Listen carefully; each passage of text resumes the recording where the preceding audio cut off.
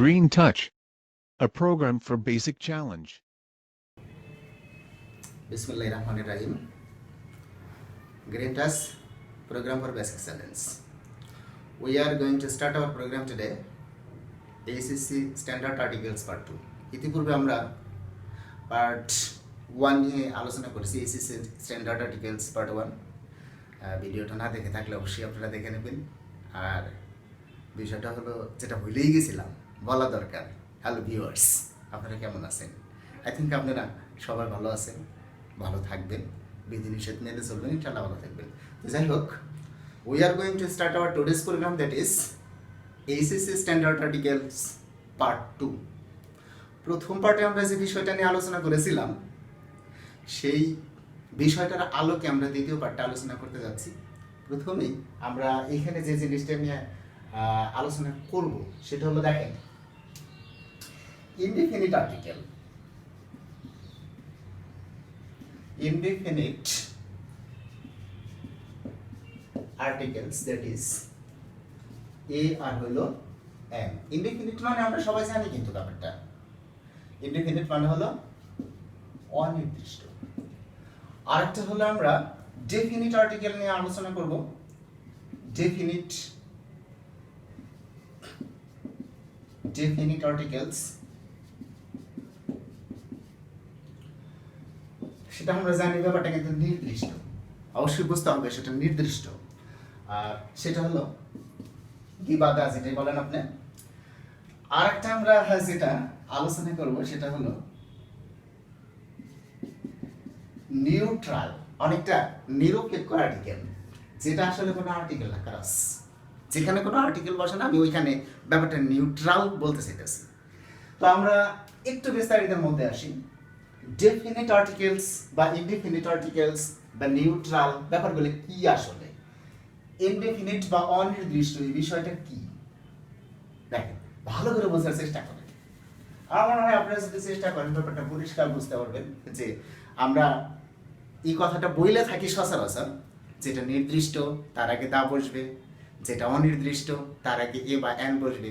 আসলে নির্দিষ্ট কি, আসলে অনির্দিষ্ট কি, এই বিষয়টা আমাদের পরিষ্কার বোঝার চেষ্টা করতে হবে।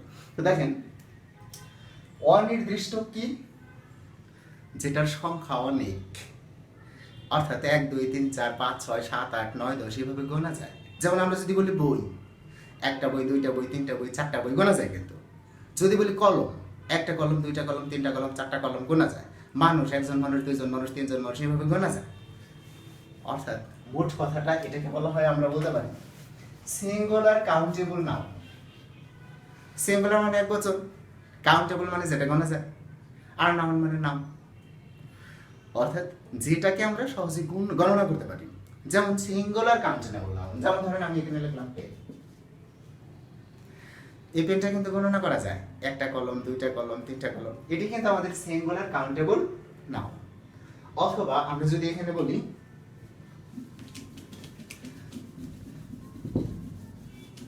বুক, এটাও কিন্তু সিঙ্গুলার কাউন্টেবল নাউন। আচ্ছা, যদি আমরা এখানে বলি স্টুডেন্ট, এটাও কিন্তু সিঙ্গুলার কাউন্টেবল নাউন।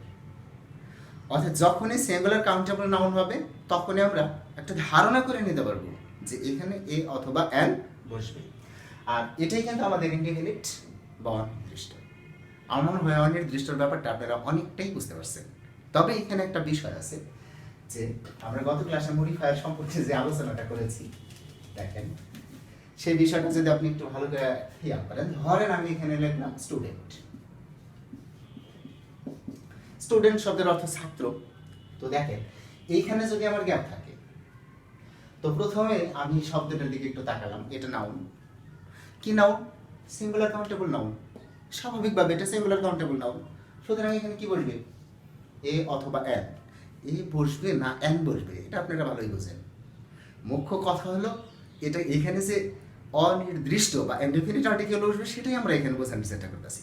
তো যাই হোক, দেখেন, কিন্তু যদি আমি বিষয়টা এরকম করতাম, ধরেন আমি এখানে লিখলাম গুড, অর্থ হলো গুড স্টুডেন্ট, এইখানে যদি আমার গ্যাপটা হয়, ভাবেন আপনি ব্যাপারটা, পরিষ্কারভাবে ভাবলেই আপনি বুঝতে পারবেন। দেখেন, কেমন ছাত্র? ভালো ছাত্র। এই ভালো শব্দটা একটা অ্যাডজেক্টিভ, এটাই মডিফায়ার। নাউনের সকল মডিফায়ারই অ্যাডজেক্টিভ। এখন দেখেন, গুড এই শব্দটা এই সিঙ্গুলার কাউন্টেবল নাউনটাকে কি নির্দিষ্ট করতে পেরেছে? আমি কিন্তু একটা কথা আগেই বলেছি, আর্টিকেল কোনো নাউনকে নির্দিষ্ট করার জন্য বসে না। অর্থাৎ কোনো একটা নাউন নির্দিষ্ট আছে, যদি কোনো একটা নাউন নির্দিষ্ট থাকে, কোনো কারণে কোনো একটা নাউন যদি নির্দিষ্ট হয়, তাহলে ওই নাউনকে মডিফাই করার জন্য দিয়ে বসে। আর যদি ওই নাউনটা নির্দিষ্ট না থাকে, অনির্দিষ্ট থাকে, তাহলে ওই নাউনটাকে মডিফাই করার জন্য এই বায়ান বসে। ওটা কিন্তু এই। তাই আপনি এখানে খুব সুন্দরভাবে বিষয়টা বোঝার চেষ্টা করেন। গুড স্টুডেন্ট, এরকম গুড স্টুডেন্ট কিন্তু দেশে অনেক আছে। সুতরাং এটা কিন্তু এই নাউনটাকে নির্দিষ্ট করতে পারে না। সুতরাং আমরা ওই সিঙ্গুলার কাউন্টেবল নাউনের হিসাবে এখানে আমরা কি বসাবো? এবার তো এইখানে একটা বিষয় আমি উপস্থাপন করতে চাইতেছি, ছোট্ট একটা গল্প, যদি আপনারা মোটেই ব্যাপারটাকে বিরক্তিকর মনে না করেন। ধরেন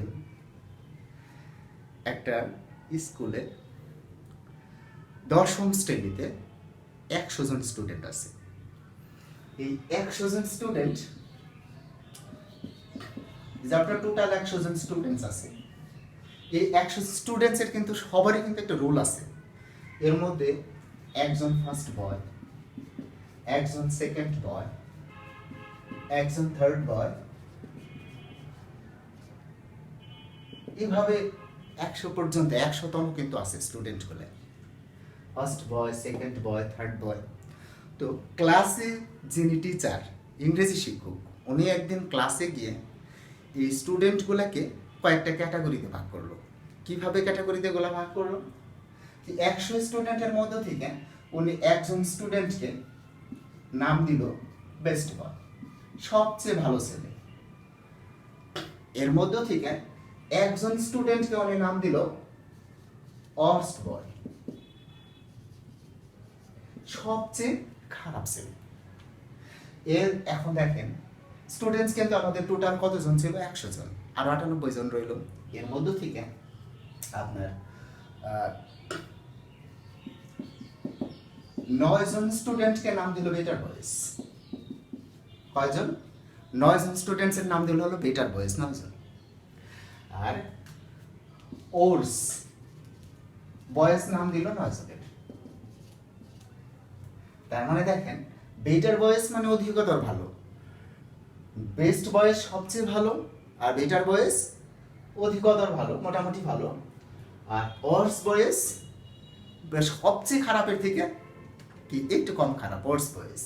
আর এর মধ্যে থেকে বাকি যে স্টুডেন্ট রইল, গুড বয়েজ নির্ধারণ করলো 40 জন, আর ব্যাড বয়েজ 40 জন। আমার হয় আপনি হিসাব করলে 100 স্টুডেন্টের একটা হিসাব পেয়ে যাবেন, 100 স্টুডেন্টস। তো দেখেন,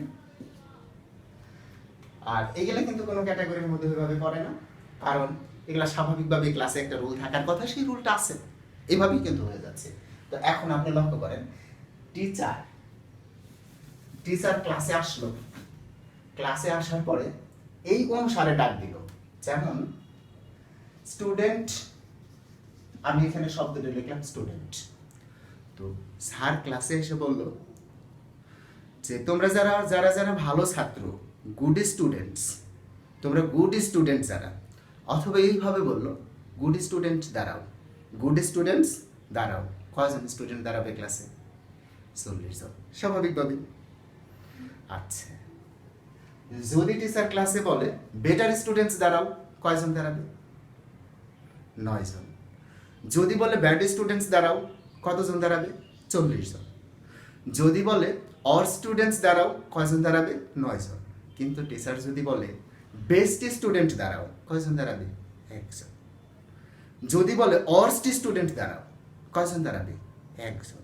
তো এখন স্বাভাবিকভাবে আপনি একটু খেয়াল করেন, যখন আমি এখানে লিখলাম গুড স্টুডেন্ট, আপনি লক্ষ্য করেন গ্যাপটা যদি এখানে থাকে, গুড এই শব্দটা কি স্টুডেন্টকে নির্দিষ্ট করতে পারছে? একজন দাঁড়াইছে।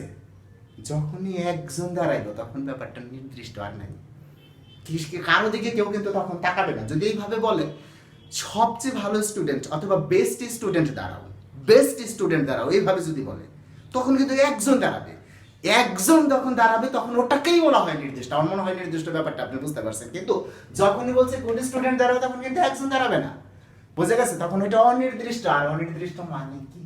সিঙ্গুলার কাউন্টেবল নাউন বলে কি বসে? এ অথবা এর। যদি টিচার বলতো, আমি এখানে অত না লেখে একটা ডট ইউজ করতেছি, যদি বলতো ব্যাড স্টুডেন্টস দাঁড়াও, তখন কি অনেকেই দাঁড়াবে, বুঝে গেছে? তখন কি বসতেছে কিসের জন্য? কারণ যখনই বলতেছে ব্যাড স্টুডেন্টস দাঁড়াবে 40 জন, সুতরাং সেটা নির্দিষ্ট না। যেটা নির্দিষ্ট সেটা ফিক্সড, সেটা এক, সেটা ইউনিক, সেটা অদ্বিতীয়। আমার মনে হয় ব্যাপারটা বুঝতে পারতেছেন। তো যাই হোক, যদি বলে বেটার স্টুডেন্টস দাঁড়াও, তখনও কিন্তু একজন দাঁড়াবে না। যদি বলে অল স্টুডেন্টস দাঁড়াও, তখনও কিন্তু একজন দাঁড়াবে না। আর তখনই কিন্তু আমাদের এখানে কি চলে আসতেছে? সিঙ্গুলার কাউন্টেবল নাউন, তাই না? আচ্ছা, কিন্তু যদি বলা হইতো বেস্ট স্টুডেন্ট দাঁড়াও, ভাবেন ক্লাসের ভিতরে বেস্ট কি অনেকগুলো আছে? একজন ছাড়া আগে নির্ধারণ করছে। সুতরাং এইখানে কি বলবে? এই বেস্ট শব্দটা এই নাউনটাকে নির্দিষ্ট করেছে। সুতরাং এই নাউনের আগে এই নাউনটাকে মডিফাই করার জন্য যেটা বসবে সেটার নামই হলো দি। আমার মনে হয় বুঝতে পারতেছেন। যদি এখানে বলা হয়তো ওয়ার্স্ট স্টুডেন্ট দ্বারাও সবচেয়ে খারাপ, তখনও কি বসতো? দি। অনুরূপ ভাবে যদি এখানে বলা হয়তো স্টুডেন্ট, আমি এই পাশে আবারও লিখে নিলাম, যদি বলতো ফার্স্ট বয় দাঁড়াও, কোন বয়? First boy. এখন ফার্স্ট বয় বলতে ক্লাসে যার রোল এক, তাকেই তো বলা হয় ফার্স্ট বয়। অনেকগুলো ফার্স্ট বয় দাঁড়াবে, একজন। সুতরাং কি বসবে? যদি এখানে ফার্স্ট থাকে, দা বসবে, নির্দিষ্ট হয়ে গেল ব্যাপারটা। আচ্ছা, যদি বলতো সেকেন্ড বয় দাঁড়াও, আচ্ছা বলেন তো, সেকেন্ড বয় মানে দুজন বালক, তাই না? করাটিম বলছে একটা ক্লাসে 2 রোল নং একজনেরই থাকে, 3 রোল নং একজনেরই থাকে, 4 রোল নং একজনেরই থাকে। তো যখন বলা হইতেছে সেকেন্ড বয়, একজনই তো দাঁড়াবে। যখনই একজন দাঁড়াইতেছে, ওটাই নির্দিষ্ট। আমার মনে হয় নির্দিষ্ট এবং অনির্দিষ্ট ব্যাপারটা আপনি বুঝতে পারছেন। আর এই ব্যাপারটা যদি আপনি পরিষ্কার বুঝতে পারেন, কোনটা নির্দিষ্ট কোনটা অনির্দিষ্ট। যদি হয় নির্দিষ্ট, তাহলে কি বসবে? দি। কে নির্দিষ্ট? নাউনটা নির্দিষ্ট। নাউনটা নির্দিষ্ট হলেই দি বসবে। নাউনটা অনির্দিষ্ট হলে, অনির্দিষ্ট মানে কি? Singular countable noun. আর নির্দিষ্ট মানে কি? সেটা সিঙ্গুলার কাউন্টেবল নাউন হতে পারে, যাচ্ছে তাই হতে পারে, যে কোনো ধরনের নাউন হতে পারে, সেটা কোনো কারণে নির্দিষ্ট হলেই হয়েছে, তারা কি বসবে? দি বসবে। আমার মনে হয় বিষয়টা ক্লিয়ার। তো যাই হোক, এখন আমরা পরবর্তী একটা বিষয় নিয়ে আলোচনা করতেছি, যে আমরা এখানে মডিফায়ারের ব্যাপারটা যে আলোচনা করছি, দেখেন 100 স্টুডেন্টসের যে উদাহরণ দিলাম, আমার মনে হয় বিষয়টা আপনারা পরিষ্কার বুঝতে পারছেন। তো আরেকটা বিষয় আছে, সেটা হলো, দেখেন আমি এইচএসসি স্ট্যান্ডার্ড আর্টিকেল পার্ট 1 এ একটা বিষয় আলোচনা করছিলাম, সেটা আপনাদের কতটুকু মনে আছে? আই ডোন্ট নো, যদি মনে না থাকে বিষয়টা আপনি একটু দেখতে পারেন, দেখলেই আমার মনে হয় বিষয়টা আপনি একদম ক্লিয়ার হয়ে যাবেন। যে সেটা হলো, আমি একটা কথা বলছিলাম, স্মরণ করে দেখেন, যে আসলে আর্টিকেলটা হলো নাউনের প্রান্তিক মডিফায়ার। আর্টিকেলটা হলো নাউনের প্রান্তিক মডিফায়ার। সাপোজ আপনি ধরেন এইভাবে, যে আপনি এতক্ষণ যে আমি উদাহরণটা দিলাম স্টুডেন্ট, আমি ধরেন এখানে লিখলাম গুড স্টুডেন্ট। কে স্টুডেন্ট? গুড স্টুডেন্ট, গ্যাপটা এখানে দিলাম। আবার ধরেন এখানে আমি এ লিখলাম, XYZ লিখলাম বা না লিখলাম, সেটা কিন্তু বিষয় না। এখন আপনি লক্ষ্য করেন, স্টুডেন্ট নাউন, নাউন কেন? Student noun. এখন আপনার মাথায় ঠাস করে এইভাবে প্রশ্নটা চলে আসলো, পরিষ্কারভাবে এইভাবে চলে আসতেছে, স্টুডেন্ট তো নাউন, সুতরাং এটা সিঙ্গুলার কাউন্টেবল নাউন, তাই এখানে কি বসবে? এ অথবা হ্যাঁ। ভাই রে, একটু ভালো করে চিন্তা করুন লাগবো, আগেই বলছি, আর্টিকেল মানে নাউনের প্রান্তিক মডিফায়ার। প্রান্তিক মডিফায়ার মানে কি? আপনি সব সময় খেয়াল করুন কোনো বেচারা মডিফাই করছে কিনা। প্রথমে লক্ষ্য করেন, স্টুডেন্ট কেমন স্টুডেন্ট? ভালো স্টুডেন্ট। একটা অ্যাডজেক্টিভ কিন্তু নাউনটাকে মডিফাই করে ফেলছে, একটা অ্যাডজেক্টিভ নাউনটাকে মডিফাই করে ফেলছে। তার মানে এই অ্যাডজেক্টিভের পরে কিন্তু আর আর্টিকেল বসা সম্ভব না। কারণ আমি যদি এইখানে আর্টিকেল বসাই, তাহলে এইখানে যদি আমি এ বসাই, এটা মডিফায়ার, গুড মডিফায়ার, কার মডিফায়ার? স্টুডেন্টের মডিফায়ার। হ্যাঁ, কয়জন স্টুডেন্ট? একজন স্টুডেন্ট। কেমন স্টুডেন্ট? ভালো স্টুডেন্ট। কিন্তু এই আর্টিকেল এটা কি প্রান্তিক মডিফায়ার হলো? প্রান্তিক মানে কি? প্রান্তিক মানে হলো একদম শেষে। এইখানে যদি বসাইতাম তাহলে ঠিক আছে, এ গুড স্টুডেন্ট।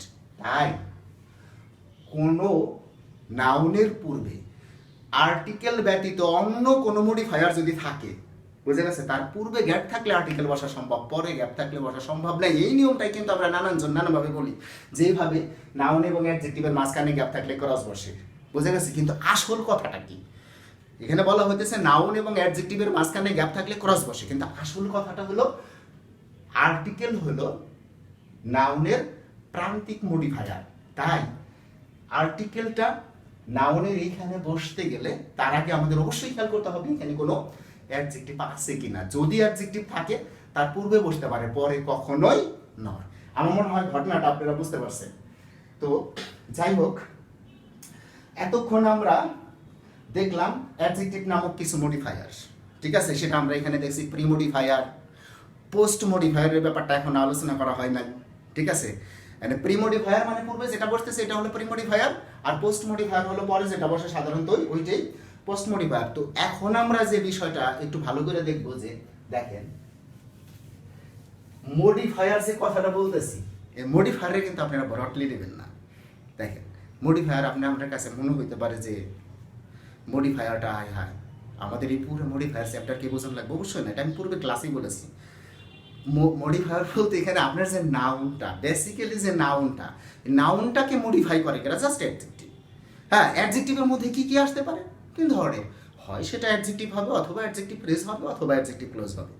হ্যাঁ, তো আপনি আবার ঠাস করে আপনার ব্রেনের ভিতরে চলে আসছে এই কথাটা, যে বুঝলাম অ্যাডজেক্টিভ নাউনের পূর্বে বসে সেটা নাউনটাকে মডিফাই করতেছে, এটা অ্যাডজেক্টিভ। আবার অ্যাডজেক্টিভ ফ্রেজ কি, অ্যাডজেক্টিভ ক্লোজ কি, একদম কোনো ব্যাপার না। আপনি দেখবেন আসলে নাউনটার সম্পর্কে যারা নানা মতবাদ দিতেছে তারা যদি একটা শব্দের মাধ্যমে দেয়, বুঝে গেছে, তাহলে ওটি অ্যাডজেক্টিভ। আর যদি প্রিপোজিশন সমেত বা পার্টিসিপল সমেত, যেমন ভার্বের সাথে আইএনজি যোগ অথবা ভার্বের পাস্ট পার্টিসিপল ফর্ম, প্রিপোজিশন অথবা ভার্বের সাথে আইএনজি যোগ অথবা ভার্বের পাস্ট পার্টিসিপল ফর্ম, এরা যদি কতগুলো শব্দের মাধ্যমে ওই নাউনটাকে মডিফাই করে, তাহলে ওইটাকে কি বলবো? Adjective phrase. আর যখন কোনো relative pronoun who, whose, what, when এইগুলো দিয়ে যদি কোনোভাবে মডিফাই করে, বুঝে গেছে, নাউনটাকে, তখন ওটাকে আমরা কি বলবো? Adjective clause. তারপরেও ব্যাপারটা একটু জটিল মনে হইতেছে, একটু ঠান্ডা মাথায় আপনি খেয়াল করেন। হ্যাঁ, আপনি কিন্তু আমার মনে হয় চাইলে ব্যাপারটা পরিষ্কারভাবে বুঝতে পারবেন। যেমন আমি ধরেন এখানে একটা এক্সাম্পল দিলাম, ভাই মন খারাপ করবেন না, ঠান্ডা মাথায় ব্যাপারটা বোঝার চেষ্টা করবেন। দেখেন আসলে কিছুই না, যদি আপনি মনে করেন সহজ, একেবারেই সহজ। কারণ দেখেন আর্টিকেলের ব্যাপারে আমরা নানান ধরনের ক্লাস নিয়ে থাকি, বুঝে গেছি। কিন্তু বিসিএস পর্যন্ত দেখা যায় যে আমাদের আর্টিকেল কাটা যায়, এত ভালো বুঝি আর্টিকেল। হ্যাঁ, কিন্তু আসলে যারা ভালো স্পিকার তাদের এমনি আর্টিকেল কাটা যায় না, এমনি হয়ে যায়। কিন্তু বাস্তবে আপনি যদি আর্টিকেল সম্পর্কে পরিষ্কার ধারণা নিতে চান, তাহলে নাউনের মডিফায়ার সম্পর্কে আপনার পরিষ্কার না হলে আর্টিকেলটা কিন্তু আসবে না। কারণ এই মডিফাই কি করে, এই মডিফায়াররাই কি করে? নাউনটাকে নির্দিষ্ট করে। যদি নির্দিষ্ট করে তাহলে কি বসে, যদি নির্দিষ্ট না করে তাহলে কি বসে? এ অথবা এন। অথবা যদি নিউট্রাল হয়, নির্দিষ্ট অনির্দিষ্ট এই ধরনের কোনো প্রশ্নই না ওঠে, তাহলে কি বসে? ক্রস বসে। তো যাই হোক, আপনি ব্যাপারটা একটু ভালো করে খেয়াল করেন। আমি এখানে যে শব্দটা লিখছি বয়, দেখেন এখানে লিখলাম boy in blue shirt is my cousin. আপনি একটু বাক্যটার দিকে থাকান, এইখানে ধরেন আমি একটা গ্যাপ দিয়ে দিয়েছি। হ্যাঁ, খুব সহজভাবেই আপনি যদি চান ব্যাপারটা কিন্তু বুঝতে পারেন। খুব সহজ, বয় ইন ব্লু শার্ট, অর্থটা কি আসলো? দেখেন ভালো, এখানে হলো ব্লু অর্থ নীল, শার্ট অর্থ কি জামা, অর্থটা কি আসতেছে? নীল শার্ট পরিহিত, অর্থাৎ নীল শার্ট পরিহিত বালক, নীল শার্ট পরা বালক। আচ্ছা দেখ, একটা ক্লাসের ভিতরে ঠিক এরকম যদি 100 জন স্টুডেন্ট থাকে, কতজন স্টুডেন্ট? 100 জন স্টুডেন্ট থাকে, তার ভিতরে একজন ধরেন নীল শার্ট পরা আছে আর কারো নীল শার্ট নেই। তো ওইখানে যদি আমি ক্লাসে যাই বলি আমি বা XYZ, কেউ যদি যায় বলে নীল শার্ট পরিহিত যে বালক, ও আমার স্বাস্থ্য ভাই, বুঝে গেছে? তাহলে কারো কি চিনতে অসুবিধা হবে? এইখানে দেখেন একটা প্রিপোজিশন ইউজ করছি আমি। প্রিপোজিশন এইখানে যদি আমি বয়টাকে প্রশ্ন করি, কোন বালক নীল শার্ট পরিহিত বালক, কোন বালক নীল শার্ট পরা বালক। ভাবেন তো, এই নীল শার্ট বালকটাকে কে নির্দিষ্ট করে নাই? করছে। তাহলে প্রশ্নটা আমরা কাকে করতেছি? নাউনকে। আচ্ছা, বালক, কোন বালক, প্রশ্নটা কাকে করলাম? নাউনকে। যখনই আমি নাউনকে প্রশ্ন করছি, স্বাভাবিক কিন্তু কথাটা, নাউনকে প্রশ্ন করছি, উত্তরে যেটা আসবে সেটার নাম কি? অবশ্যই অ্যাডজেক্টিভ। কিন্তু এখানে কি একটা শব্দ? একাধিক শব্দ, তাই আমরা কিন্তু এটাকে অ্যাডজেক্টিভ বলতে পারি না। এটার নাম কি? Adjective phrase. এইটার নামই অ্যাডজেক্টিভ ফ্রেজ। এই যে অ্যাডজেক্টিভ ফ্রেজ কি করলো? বালকটাকে নির্দিষ্ট করে ফেললো। সো ওইখানে আমরা কি ইউজ করব? দা ইউজ করব। তা মনে হয় আমাদের ভিডিওটা বড় হয়ে যাচ্ছে, অলরেডি 20 মিনিট ক্রস করেছে। হ্যাঁ, তো আমি আর ভিডিও ডিউরেশন বাড়াতে চাচ্ছি না। আমরা এইচএসসি স্ট্যান্ডার্ড পার্ট 3 নামে খুব দ্রুতই বাজারে আসতেছি। আপনারা যারা ভিউয়ার্স আছেন ব্যাপারটাকে কমেন্টস করবেন, আমাদেরকে আরো উৎসাহিত করবেন। ভালো থাকবেন, সুস্থ থাকবেন। আল্লাহ হাফেজ।